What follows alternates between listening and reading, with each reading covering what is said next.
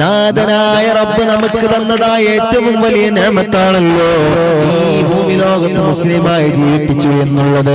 മാത്രമല്ല കാണുന്ന പ്രപഞ്ചത്തിലുള്ളതായ മുഴുവൻ അനുഗ്രഹങ്ങളും ഉണ്ടല്ലോ, മുഴുവൻ നിഅമത്തുകളും ഉണ്ടല്ലോ. ആ നിഅമത്തുകൾ അല്ലാഹു നമുക്ക് നൽകിയത് എന്തിനു വേണ്ടെന്നറിയുമോ?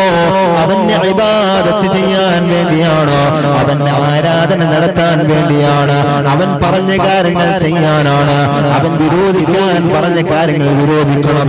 എങ്കിലേ നാളെ റബ്ബിന്റെ കോടതിയിൽ എത്തുമ്പോൾ അല്ലാഹു സുബ്ഹാനഹു വ തആല നമുക്ക് തയ്യാറാക്കപ്പെട്ടതായ സ്വർഗ്ഗമുണ്ടല്ലോ, ആ സ്വർഗ്ഗം കിട്ടണമെങ്കിൽ ഈ ഭൂമി ലോകത്ത് ഒരുപാട് കഷ്ടപ്പാടുകൾ നമ്മൾ സഹിക്കേണ്ടി വരും. ഒരുപാട് കഷ്ടപ്പാടുകൾ നമ്മൾ സഹിച്ചാൽ നാഥനായ റബ്ബുണ്ടല്ലോ, അനുഗ്രഹങ്ങളെ കൊണ്ട് നിറക്കപ്പെട്ടതായ സ്വർഗ്ഗമുണ്ടല്ലോ, ആ സ്വർഗ്ഗം നമുക്ക് തരുമെന്ന് ഹബീബായ മുഹമ്മദുർ റസൂലുള്ളാഹി സല്ലല്ലാഹു അലൈഹി വസല്ലമ തങ്ങൾ അവിടുന്ന് പറഞ്ഞില്ലേ?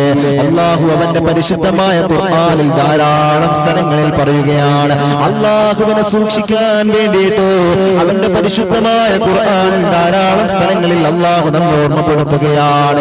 യാ അയ്യുഹല്ലദീന ആമനു തഖുല്ലാഹ ഹഖ്ക തുഖാതിഹി വലാ തമൂതുന്ന ഇല്ലാ വഅൻതും മുസ്ലിമൂൻ.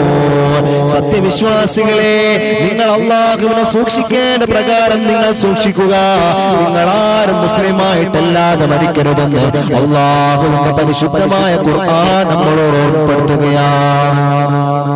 അല്ലാഹു പറയുകയാണ്, അല്ലാഹു നമുക്ക് ചെയ്തു തന്ന ഏറ്റവും വലിയൊരു നിഅമത്താണല്ലോ അവൻ മുസ്ലിമായിട്ട് ഈ ഭൂമി ലോകത്ത് ജീവിപ്പിച്ചു എന്നുള്ളത്.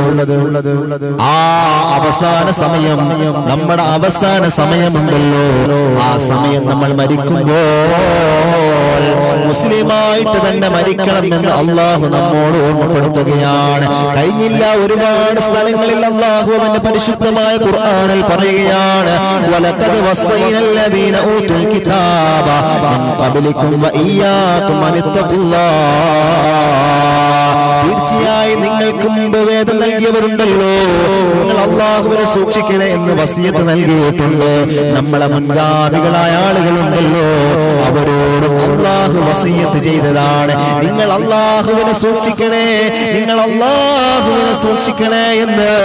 നമ്മളോട് മാത്രമല്ല മുൻകഴിഞ്ഞ ആളുകളോടും അല്ലാഹു സുബ്ഹാനഹു വ തആല പറഞ്ഞിരിക്കുകയാണ്.